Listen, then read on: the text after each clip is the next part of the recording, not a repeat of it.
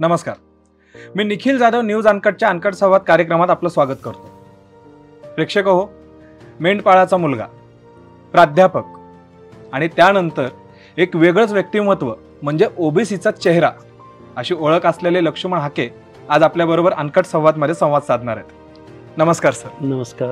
नमस्कार सर, बरेच मुद्दे आहेत आणि एक एक मुद्द्यांवरती आपण चर्चा करूयात. तर मुळात याचा एक भाग जो आहे तो मराठा समाज आणि धनगर समाज, म्हणजे या मुद्द्यावरती येतोय की मराठा समाज आणि धनगर समाज याच्यामध्येही तुमच्या एखाद्या भूमिकेमुळे तेढ निर्माण होतो असं बरंच चित्र बाहेर आहे. तर त्याच्याबद्दलचं काय मत आहे एकंदरीत? कारण तुम्ही नाही, धनगर समाज आणि मराठा समाज असं तेढ निर्माण व्हायचा प्रश्न येत नाही. मी क्लासची लढाई लढतोय. क्लास या क्लासमध्ये म्हणजे ओबीसी क्लासमध्ये साधारणपणे जाती उपजातीसह 492 जाती आहेत. या प्रवर्गाची लढाई लढतोय, त्यांच्या हक्क आणि अधिकारांची लढाई मी लढतोय.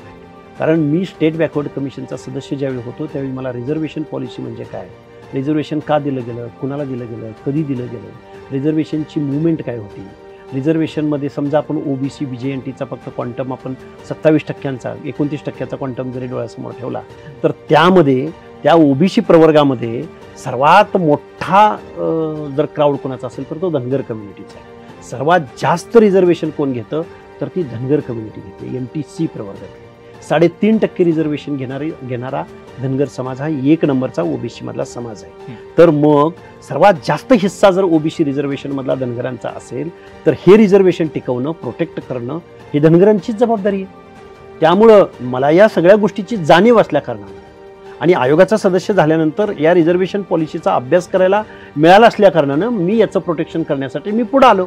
याच्यामध्ये धनगर आणि मराठा भांडण व्हायचा किंवा दोघांमध्ये तेढ निर्माण व्हायचा प्रश्न येतो कुठं? पण एक पद्धतीची जी म्हणूयात छवी जी आहे ती एक पद्धतीची वेगळी, म्हणजे विरोधात जाताना दिसते. किंवा मराठ्यांमध्येही आणखी असे अनेक जण आहेत जे तुमच्या विरोधात जातात. तर मग त्या मराठा समाजाला तुम्ही काय पद्धतीने नाही, विषय असा आहे, आत्ताचा काळ हा 2025चा काळ आपण पकडून चालू. आत्ता आपल्या ह्या व्यवस्थेमध्ये राजकारण किंवा राजसत्ता ही अंतिम आहे. कारण राजसत्तेमध्ये तुम्ही जोपर्यंत पोहोचणार नाही, निर्णय प्रक्रियेत जोपर्यंत तुम्ही असणार नाही तोपर्यंत तुम्हाला कुठलाही न्याय भेटणार नाही. असं मी विथ प्रूफ सगळ्या गोष्टी ह्या सांगू शकतो. जोपर्यंत तुमची संख्या एवढी खूप मोठ्या प्रमाणात आहे, धनगर कम्युनिटीचाच तुम्ही उल्लेख केला म्हणून मला खरं तर जातीबद्दल बोलतोय की धनगर कम्युनिटीचा महाराष्ट्रामध्ये 2 नंबरला लोकसंख्या आहे. आणि 2 नंबरला लोकसंख्या असणाऱ्या कम्युनिटीचं प्रतिनिधित्व मात्र आजपर्यंतच्या विधानसभामध्ये 1, 2, 3, मागच्या तर विधानसभेमध्ये एकच आमदार होता. आत्ताच्या विधानसभेमध्ये त्याची संख्या 6-7 वर गेली. म्हणजे तुमच्या लोकसंख्येच्या प्रमाणामध्ये जर तुमचं लोकप्रतिनिधित्व जर कायद्याच्या सभागृहात जात नसेल तर त्या कम्युनिटीला न्याय कोण देणार? त्या कम्युनिटीतली माणसं पुढं कशी येणार? आणि निर्णय प्रक्रियेमध्ये एवढ्या मोठ्या लोकसंख्येचा वॉइस जर त्या कायद्याच्या सभागृहात नसेल, त्यांची इन्व्हॉल्वमेंट नसेल तर राष्ट्र तर प्रगतीपथावर कसं जाणार? धनगर समाजाचं दुर्दैवानं मला तुम्हाला सांगायला आवडेल, दुर्दैवानं सांगावं लागतंय की महाराष्ट्रामध्ये आत्तापर्यंत एकही लोकसभेमध्ये खासदार धनगर समाजाचा निवडून जाऊ शकला नाही. पण महाराष्ट्रामधले 10 ते 11 लोकसभा कॉन्स्टिट्युएन्सी अशा आहेत की जिथं धनगर समाजाची ओनली 1 कम्युनिटीची संख्या ही 4.5 लाख, 4 लाख, 5 लाख, 6 लाख, 7 लाखपर्यंत आहे. त्या लोकांच्या हक्क अधिकाराबद्दल, राजकारणाबद्दल, त्यांच्या धोरणाबद्दल, त्यांच्या नीतीबद्दल बोलू नये लक्ष्मण हाकेंनी. ही एवढी मोठी आपली कम्युनिटी असताना गाव लेवलला, ग्रामपंचायत लेवलला, पंचायत समिती लेवलला यांचं फुलफिल आहे. पण कायद्याच्या सभागृहात जायची वेळ येते किंवा एखाद्या कारखान्याचा लेटर ऑफ इंटेंट मिळवायची वेळ येते किंवा एखादी सूतगिरणी मिळवायची वेळ येते किंवा एखादी शिक्षण संस्था काढायची वेळ येते किंवा एखादं इंजिनिअरिंग कॉलेज काढायचं वेळ येते, त्यावेळी ह्या माणसांचं कुठंच काहीच नाही. मग आपलं राष्ट्र आहे, राष्ट्रामध्ये तुम्ही फक्त लोकसंख्येने आहात, तुम्ही फक्त तुमची डोकी जास्त आहेत, तुम्ही फक्त शारीरिक श्रमाचं बेस लेवलची काम करायला जन्माला आलेले आहात. हा सवाल आहे ना, हा हक्क अधिकारांचा सवाल आहे. यामध्ये कुठल्या कम्युनिटीला विरोध करायचा किंवा काय करायचा हा विषयच येत नाही ना. हक्क आणि अधिकाराची भाषा बोलत असताना काही लोक ट्रोल करतात, लोक मारायला येतात. मग मारायला तर अनेक महामानवांना मारायला लोक गेलेले आहेत. मग आपण जर आपल्याला मारायला आलो म्हणून जर आपण थांबलो तर मग एवढ्या मोठ्या कम्युनिटीचा किंवा एवढ्या मोठ्या क्लासचा व्हॉइस कोण बनणार? पण यामध्ये एक आहे की तुम्ही ज्या पद्धतीने एक ओबीसीचा आश्वासक चेहरा बनलेला, म्हणजे नेता म्हणण्यापेक्षा आश्वासक चेहरा मला जास्त प्रेफर वाटतं. यामध्ये फक्त तुम्ही एकटे नसून अनेक जण आहेत, तर त्यांच्याबद्दलचं काय मत? म्हणजे राष्ट्रीय ओबीसी महासंघाचं पण एक हे आहे काय म्हणत संस्था आहे तर तीही काम करते. तुमच्यासारखे अनेक जण आहेत याच्यामध्ये काम करताना दिसत आहेत, तर मग तेही कुठे कमी पडतात असं वाटतंय का की जे तुम्ही? निश्चित कमी पडतायत असं म्हणण्यापेक्षा संघटनांच्या पातळीवरती कास्ट वाईज सेन्सस झालाच पाहिजे अशी भारतभरातल्या ओबीसी संघटनांची मागणी, पण ती मागणीच्या पलीकडे काहीच होत नाही. पण देशाच्या संसदेमध्ये निवडून जाणारे ओबीसी खासदार असतील किंवा महाराष्ट्राच्या विधानसभेमध्ये निवडून आलेले आमदार असतील, ओबीसी मधले बोलतो मी पर्टिक्युलर, ते निवडून येत असताना ओबीसीच्या मतावर ओबीसी कार्डवर निवडून येतात, पण हाऊसमध्ये गेल्यानंतर त्यांच्यावर पॉलिटिकल प्रेशर एवढं असतं की ते ओबीसीच्या बाजूने कधीही बोलत नाही. हे दुर्दैव आहे. असं तुमच्यावर आलंय का प्रेशर? प्रश्न माझ्यावर प्रेशर यायला, मी आमदार खासदारच नाही, माझा कारखाना नाही, ना माझी कुठली संस्था आहे, ना माझा कुठं बँक बॅलन्स आहे. आजही तुम्ही माझा बँक बॅलन्स चेक केला, 1000-2000 नाहीतर 15-20 हजार, ह्याच्या पलीकडे नाही. त्यामुळे मला प्रेशर घ्यायचा प्रश्न येतच नाही मुळात, कारण मी कधीच कुणाला घाबरणारा माणूस नाही. प्रश्न एवढाच उरतो की महाराष्ट्रामध्ये ओबीसीची मुवमेंट उभी राहिली नाही. महाराष्ट्र हा 18 पगड जातींचा महाराष्ट्र. महाराष्ट्र कुणाचीच मक्तेदारी कधीच नव्हता आणि नाही. छत्रपती शिवरायांनी सुद्धा स्वराज्य निर्माण करत असताना या गावगाड्यातल्या 18 पगड जातीच्या लोकांना, मावळ्यांना, 12 मावळ मुलकातल्या 12 मावळे म्हणजे काय म्हणतात, छत्रपती शिवरायांनी राज्य निर्माण करत असताना सुद्धा या लोकांच्या स्किलला प्राधान्य दिलं. छत्रपती शिवरायांच्या राज्यासाठी या लोकांनी जीवाची कुर्बानी दिली. छत्रपती शिवरायांना मग विरोध कोणी केला, लढाया कोणाबरोबर जास्त कराव्या लागल्या, शिवाजी महाराजांचं अस्तित्व कोण नाकारत होतं, आदिलशाच्या दरबारी शिवाजी महाराजांच्या विरोधामध्ये वेळा उचलून कोण जात होतं, हे इतिहासात मला जायला आता तसा हे नाही आहे. पण छत्रपती शिवरायांसारखा माणूस 300-400 वर्षानंतर महाराष्ट्राला लाभत नाही, म्हणून दिल्लीच्या तख्तावरती राज्य करायचं मराठी माणसाचं स्वप्न अधुरं राहतं. तुमची एकंदरीत राजकीय भूमिका कशी आहे? कारण मध्यंतरी तुम्ही अनेक गटांना पाठिंबा दिला, तिथून विषय असा आहे की महाराष्ट्रामधल्या नेतृत्वानं देशाचं नेतृत्व किंवा देशाच्या दिल्लीच्या तख्तावर महाराष्ट्रातल्या कुठलाही वाडा, अलीकडच्या लोकांच्या घरांची तोंड कोणीकडे आहेत मला माहिती आहे, पण मध्ययुगीन ज्यावेळी महाराष्ट्राचा दबदबा देशाच्या पूर्ण राजकारणावर होता, म्हणजे दिल्लीचेही तख्त राखितो मराठा माझा, त्यावेळेच्या कुठल्याही वाड्याचा दरवाजा हा उत्तरेला असायचा आणि त्याला दिल्ली दरवाजा म्हणजे दिल्लीला जायचं स्वप्न 200-250 वर्षापूर्वी मराठी माणसानं पाहिलेलं होतं. पण आताचे मराठी नेते हे खूप पायापुरतं पाहतात. गावगाड्यातल्या 18 पगड जातीच्या इच्छा, आकांक्षा, भावना त्यांना कधीही वाव देत नाहीत, लिडरशिपला वाव देत नाहीत. कधीही 48 पैकी 40 खासदार आमचे निवडून आले पाहिजेत. एका मराठी माणसाचे जर 40 खासदार निवडून आले तर तो निश्चित दिल्लीच्या तख्तावरती दावा सांगू शकेल. पण तो गावगाड्यातल्या जोशाबरोबर, कुडमुड्याबरोबर, गावगाड्यातल्या पारद्याबरोबर, तुमच्या कडक लक्ष्मीवाल्याबरोबर, तुमच्या धनगराबरोबर, माळी, साळी, कोळी, तेली, हाटकर, धनगर, सनगर, बंजारी, लोणारी, परीट, गुरव, घरशी, नाभिक, सुतार, लोहार, कुंभार, कुठे ती लोक, बेरड, बेडर, रामुशी. या महाराष्ट्राची, संयुक्त महाराष्ट्राची निर्मिती झाली त्यावेळी या महाराष्ट्राचे जे काही एक नेते होते, यशवंतराव चव्हाण, ज्यावेळी इलेक्शनला आमची जुनी माणसं सांगतात, ज्यावेळी इलेक्शनला मतदानाला मतं मागायला जायचे त्यावेळी ते काय बोलायचे, किंवा त्यांनाही एका गोत्रेव माडखोलकर एका पत्रकारानं, विचारवंतानं प्रश्न विचारला होता की हा महाराष्ट्र नक्की कुणाचा, मराठ्यांचा की मराठी माणसांचा? त्यावेळी ते यशवंतराव चव्हाण म्हणाले होते की हा महाराष्ट्र मराठी माणसांचा, हा महाराष्ट्र 18 पगड जातींचा. असं कोण म्हणाले होते? यशवंतराव चव्हाण. पण त्याच वेळी ग्रामीण भागातल्या लोकांना म्हणायचे एक तर राजकारण पवार पाटील देशमुखांच्या चिरेबंदी वाड्यावरून चालेल, नाहीतर राजकारण वाड्या वस्त्यावरून म्हणजे धनगराच्या, वंजाऱ्याच्या, लोणाऱ्याच्या, परटाच्या, गुरुवाच्या, गडशाच्या ह्यांच्या वाड्या वस्त्यावरून चालेल. मग आज आपण ज्यावेळी महाराष्ट्रातल्या आमदारांवरती ज्यावेळी आपण नजर फिरवतो किंवा मंत्रिमंडळातल्या संख्येवर नजर फिरवतो किंवा खासदारांच्या यादीवर नजर फिरवतो, त्यावेळी कोण खासदार होतात, कोण आमदार होतात? 200 कारखाने आहेत या महाराष्ट्रामध्ये, 100 सहकारी आहेत, 100 प्रायव्हेट आहेत. कोणाचे आहेत कारखाने? कोण आहेत मालक त्याचे? मग चोळीला चोळी, खणाला खण, मानाला मान, सन्मान, इज्जत देण्याची भाषा ज्या यशवंतराव चव्हाणांनी या मराठी माणसांच्या बाबतीमध्ये बोलली, ती भाषा आज महाराष्ट्राच्या राजकारणामध्ये आहे. पाहुण्या रावळ्यांचं राजकारण, गोरगरीब माणूस जिथल्या तिथं, एक ठराविक 100-150 लोक असे आहेत की त्यांच्या हातामध्ये हा महाराष्ट्राचं राजकारण आहे, आणि बाकीचा सर्वसामान्य माणूस आजही ग्रामीण भागामध्ये, वाड्या वस्त्यांवरती, शहरी भागामधल्या स्लम्समध्ये शारीरिक श्रमाचं काम करताना दिसून येतो.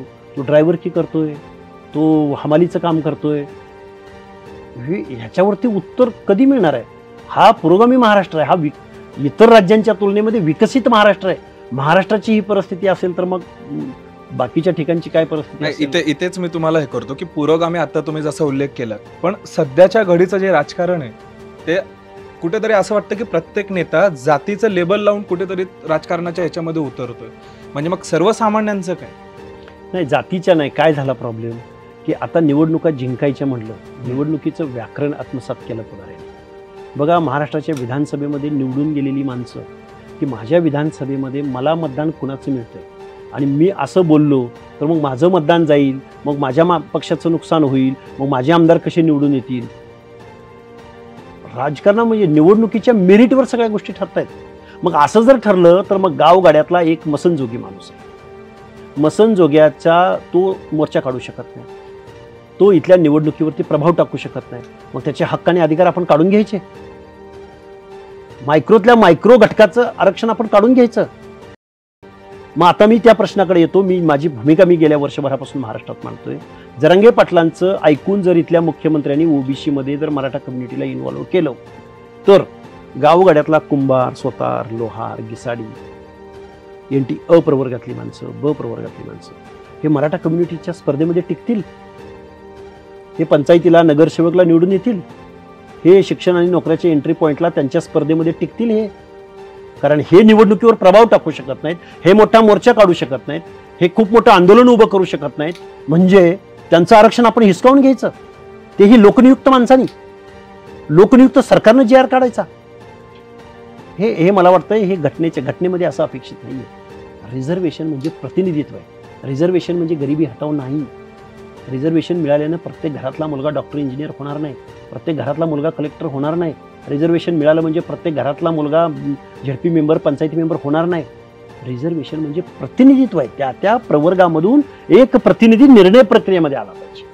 हा याचा एवढा व्यापक आणि सोशल जस्टिस अपेक्षित असणारा रिझर्वेशनचा हा अर्थ आहे. मग याच्यामध्ये तुम्हाला काय वाटतं, मराठ्यांना आरक्षण मिळायला हवं की नको त्या समाजाला? रिझर्वेशनचा अर्थ ज्याला समजला, रिझर्वेशन म्हणजे रिप्रेझेंटेशन.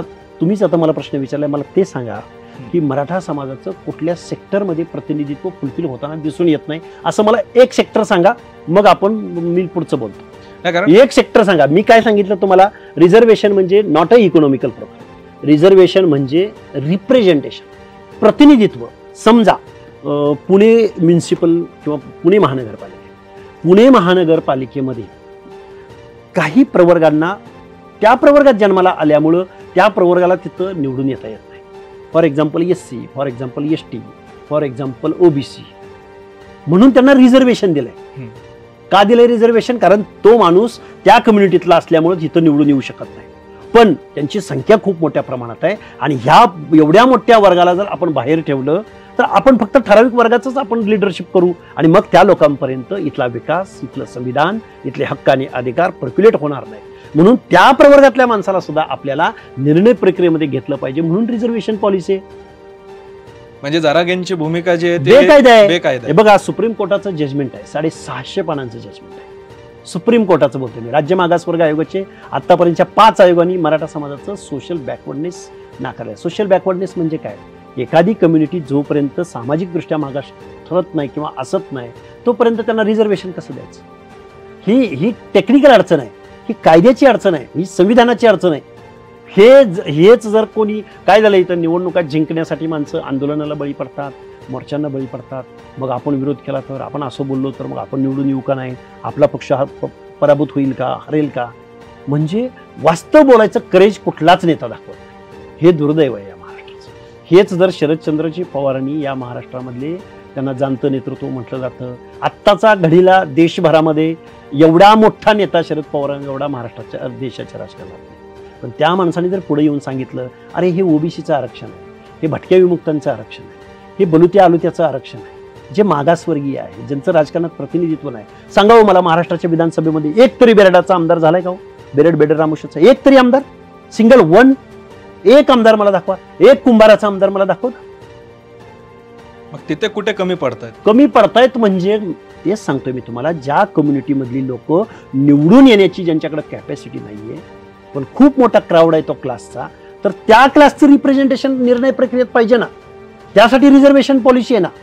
तुम्ही जर नाही आम्हाला त्यातूनच पाहिजे, तुम्ही जर त्या क्लासमध्ये गेलात तर मग रिप्रेझेंटेशन त्या माणसांचं कसं इकडे होईल. म्हणजे विरोध नाहीये. विरोध हे बघा, विषय असा आहे, रिझर्वेशन म्हणजे एखाद्या कम्युनिटीला तिथं येता येत नाही त्या पद्धतीने, म्हणून त्या लोकांना बघा. एक साधं उदाहरण सांगतो.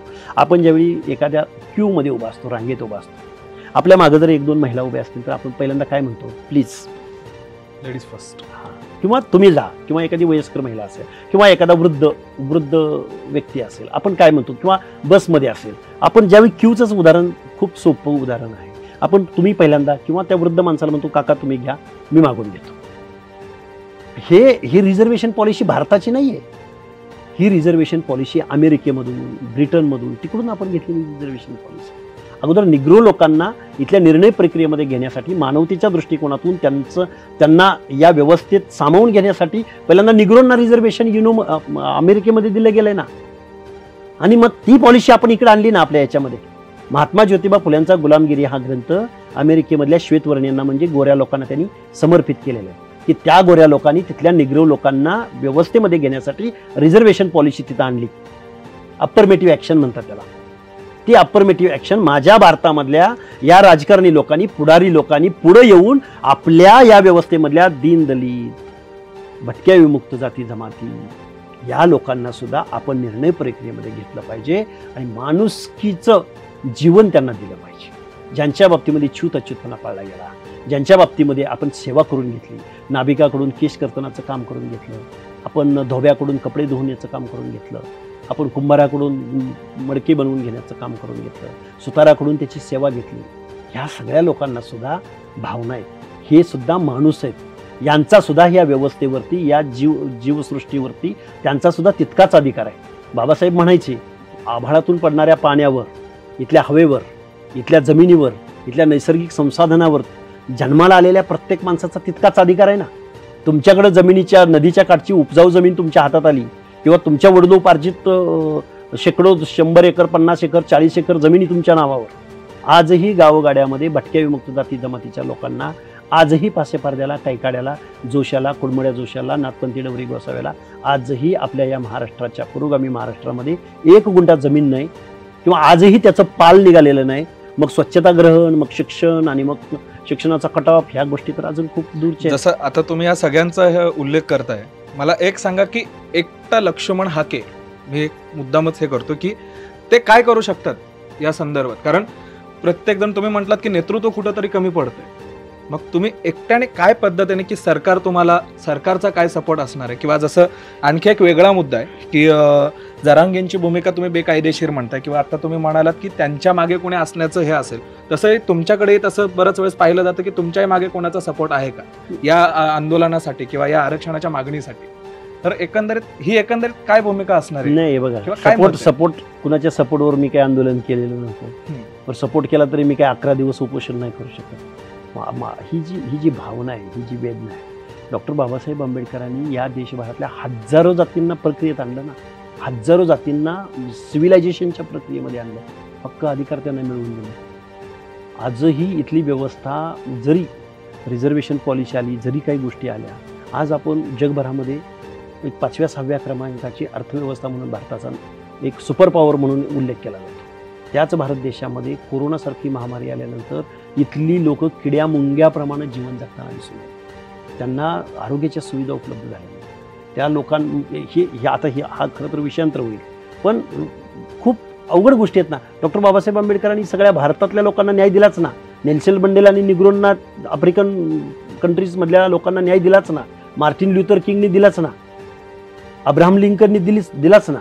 विषय असा येतो की महात्मा ज्योतिबा फुलेंनी त्याची सुरुवात केलेली होतीच ना. राजर्षी शाहूराजानं तर कायद्यात रूपांतर केलेलंच होतं ना. राजर्षी शाहूराजांनी फक्त कायदा करून थांबलेले नाहीत, तर कायदा अंमलबजावणी होती का नाही त्याचा सुद्धा प्रयत्न राजर्षी शाहूराजांनी केला होता. ह्या माणसांनी हे प्रयोग केलेलेच आहेत ना. पण यामध्ये ओबीसी जो समाज आहे हा कुठेतरी सर्वसामान्यांना फटका बसताना दिसतो, आणि संघाचं जे नेतृत्व आहे ओबीसी समाजाचं ते कुठेतरी विखुरल्यासारखं दिसतं. टप्प्याटप्प्याने काय होतं विषय, प्रोबेशन, मराठा समाजाचं प्रोबेशन हे शेकडो वर्षांपासून रूलर म्हणून राहिलेलं आहे. म्हणजे छत्रपती शिवरायांचा उदय होण्याच्या अगोदर सुद्धा इथला मराठा आदिलशाच्या दरबारी, बादशाहच्या दरबारी, अजून कोणाच्या दरबारी तो सरदारच होता, वतनदारच होता. छत्रपती शिवरायांच्या गादीप्रमाणेच इकडं निंबाळकरांचा वाडा, निंबाळकरांची संस्थान असायचं, इकडं भोसलेंचं संस्थान असायचं, इकडं पवारांचं संस्थान असायचं, खूप मोठे नागपूरचे, म्हणजे सगळे खूप मोठे सरदार वतनदार मंडळी होतीच ना. आणि ते रुलर आहेत. हा म्हणजे मी तर म्हणेन एक 400-500 वर्षाचा इतिहास आहे मराठा समाजाचा रूलर असण्याचा.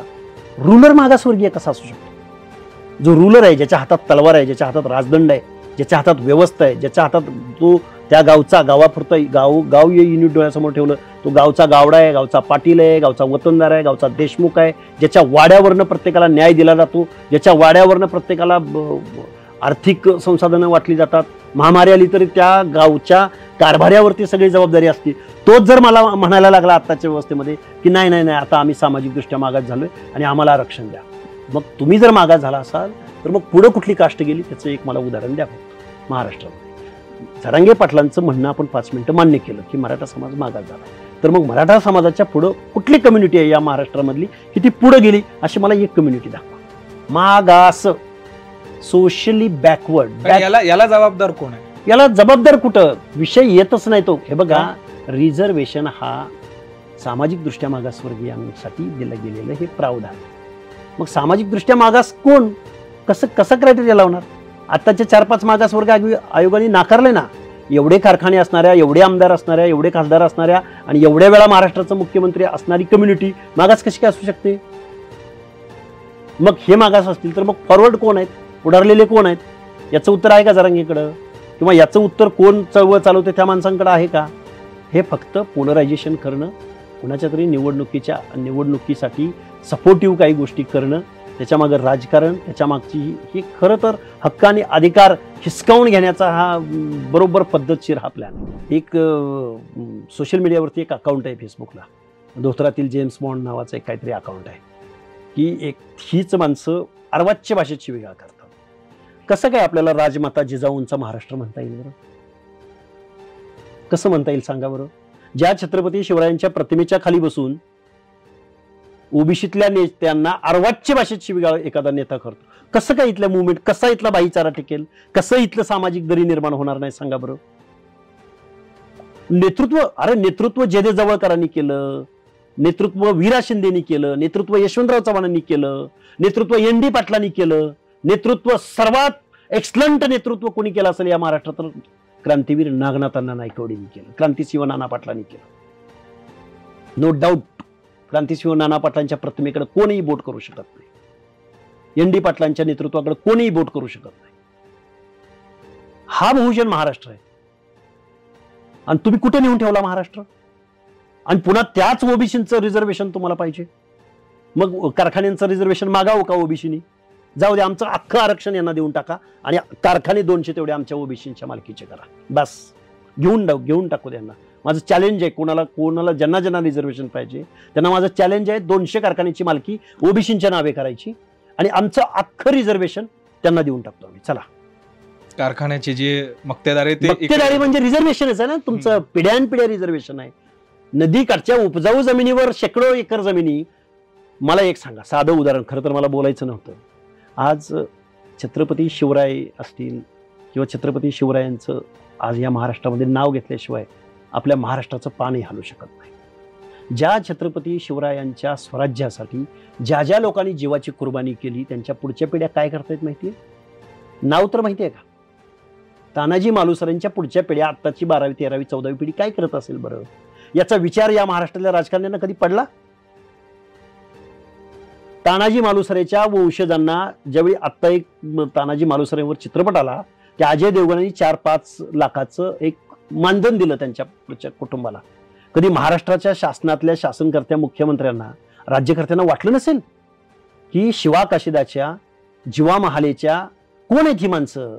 बेहरजी नाईक जो हेर खात्याचा प्रमुख होता, त्यांच्या पुढच्या पिढ्या काय करत असतील, आहेत का महाराष्ट्रात? बघूया तर आपण. हा प्रश्न कधी पडला तुम्हाला? काय फक्त स्टोऱ्या आणि शाहिरी पोवाड्यामध्ये फक्त यांची नावं घ्यायची? कधी न्याय देणार आहात तुम्ही? आणि कुणाचा महाराष्ट्र, कुठला महाराष्ट्र? असा महाराष्ट्र, हा महाराष्ट्र शिवरायांना अपेक्षित होता की ज्या लोकांनी स्वराज्य निर्मितीसाठी जीवाची कुर्बानी दिली, त्यांच्या वंशजाचं नाव सुद्धा माहित नसावं आणि तुमच्या नावावर मात्र तालुक्याच्या तालुके. हे खूप क्रांतिकारी वक्तव्य आहे. कसला महाराष्ट्र? हा पुरोगामी महाराष्ट्र आहे. झाला राजा रयतेचा राजा छत्रपती शिवराय आणि झाला राजा सामाजिक न्याय देणारा राजर्षी शाहू राजा. ही महाराष्ट्राची भूमी आहे खरी. महाराष्ट्राच्या भूमीने देशाला दिशा दिली, राजकारणाला दिशा दिली. त्याच महाराष्ट्रातला एकही माणूस पंतप्रधान होत नाही. दुर्दैव नाही का? तुमची राजकीय भूमिका काय असणार आहे याच्या पुढची भूमिका? की फक्त स्वतंत्र म्हणजे चळवळच तुम्ही पुढे नेणार आहात का परत राजकीय कोणाचा पाठिंबा असेल किंवा कोणाबरोबर परत? चळवळ नाही. बघा हे बघा कसं असतंय, त्या परिस्थितीचा व्हॅक्यूम असतो, पोकळी असते आणि त्या पोकळीला कोणतरी निर्माण होतच असतं. ओबीसीचं रिझर्वेशन हक्कानी अधिकार, अरे रे हे चुकीचं आहे. हे मी आयोगावर काम केलेलं असल्या कारणानं मला त्या गोष्टीची जाणीव झाली म्हणून मी बोलायला पुढे आलो. मी कुठल्या आमदाराचा मुलगा नाही, माझा बाप ग्रामपंचायतीचा सदस्य पण नाही, आमच्या घरातलं ना आजपर्यंत कोण आहे. सामान्यातल्या सामान्य कुटुंबामधून मी पुढे आलो. पण मी काय सांगितलं की बाबा मी काय खूप वेगळा किंवा आभाळातनं पडलो असं नाही. पण तो व्हॅक्यूम आहे ना व्यवस्थेचा, सिस्टीमचा व्हॅक्यूम आहे म्हणून मी तिथं आलो आणि माझ्या बोलण्याला ती तशा पद्धतीची संधी भेटली आणि ते पुढे आलं. याच्या पलीकडे जाऊन इथल्या दीन दलित शोषित पीडित वंचित ह्या लोकांना मग मला काय खूप साधी भूमिका आहे ना. मला काय करायचं त्याचं? माझी मिसेस प्रोफेसर आहे, माझं घर मी पुण्यामध्ये फ्लॅट आहे. माझ्या लेकरांच्या शिक्षणाकडे मला माझी वैयक्तिक स्वार्थी भूमिका घ्यायची झाली. मुलीला शिक्षण चांगलं द्यायचं, मुलाला चांगलं शिक्षण द्यायचं आणि आठवड्याला 15 दिवसाला पिकनिकला ट्रिपला निघून जायचं. मला माझं जीवन जगता आलं असतं ना. विषय असा येतो की ह्या सर्व सिस्टीममध्ये कुठंतरी ह्या लोकांच्या भावना काय म्हणायचं आहे, कसं म्हणायचं आहे. लोक म्हणतात 75 वर्ष झाली आता देश स्वतंत्र मिळून, आता आरक्षण अजून किती वर्ष? अरे शेकडो वर्ष तुमच्या हातामध्ये सगळ्या गोष्टी आहेत. शेकडो वर्षांचा स्पॅन कोणीकडे आणि 75 वर्षाचा स्पॅन. आणि ओबीसीचं रिझर्वेशन तर 92 पासून आहे. हे तर 29-30 वर्षच झाले फक्त. 30-32 काय असतील ते स्वतंत्रची. त्यानंतर 92-93लाच मंडल आयोग इम्प्लिमेंट झाला ना. त्यामुळं ह्या गोष्टी खूप ज्याला कळल. आता तुम्ही मला किमान आपली अकॅडमिक मुलाखत होती, एखाद्या UPSC देणाऱ्या MPSC देणाऱ्या मुलांना सुद्धा तुमचा आपला हा कंटेंट जाऊ शकतो की काय रिझर्वेशन पॉलिसी म्हणजे. की महाराष्ट्र हा 18 पगड जातीचा महाराष्ट्र आहे. महाराष्ट्रामध्ये 60% जास्त ओबीसी राहतो. महाराष्ट्र कुणाच्याही बापाची मक्तेदारी नाही, जहागिरी तर अजिबात नाही. हा नॅरेट आपल्याला पुसून काढायचा आहे या महाराष्ट्रामधला. महाराष्ट्र हा छत्रपती शिवरायांचा रयतेचा महाराष्ट्र आहे की ज्या छत्रपती शिवरायांच्या राज्यामध्ये प्रत्येक माणसाच्या स्किलला संधी दिलेली होती महाराज. पण आत्ताची माणसं मात्र पाहुण्या रावळ्यांना कारखाना द्यायचा पाहुणा रावळा, आमदारकी द्यायची पाहुणा रावळा, रयत शिक्षण संस्थेवर घ्यायचं पाहुणा रावळा, अर्थमंत्री एकाकडेच, मुख्यमंत्री सत्तेच्या बाहेर जगूच शकत नाही. चालेल अरे गरिबांना तर तुम्ही न्याय द्या ना. सरसकट आरक्षण पाहिजे म्हणतात जरांगे.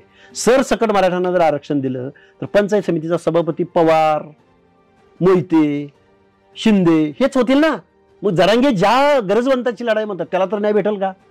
म्हणजे तुम्ही या मागणी आडून, अस्मितेच्या आडून कुणाकुणाची कत्तल करायला निघालाय हे जरांगेला तर कळलंय का? बरं ऐकून कोण घेतोय?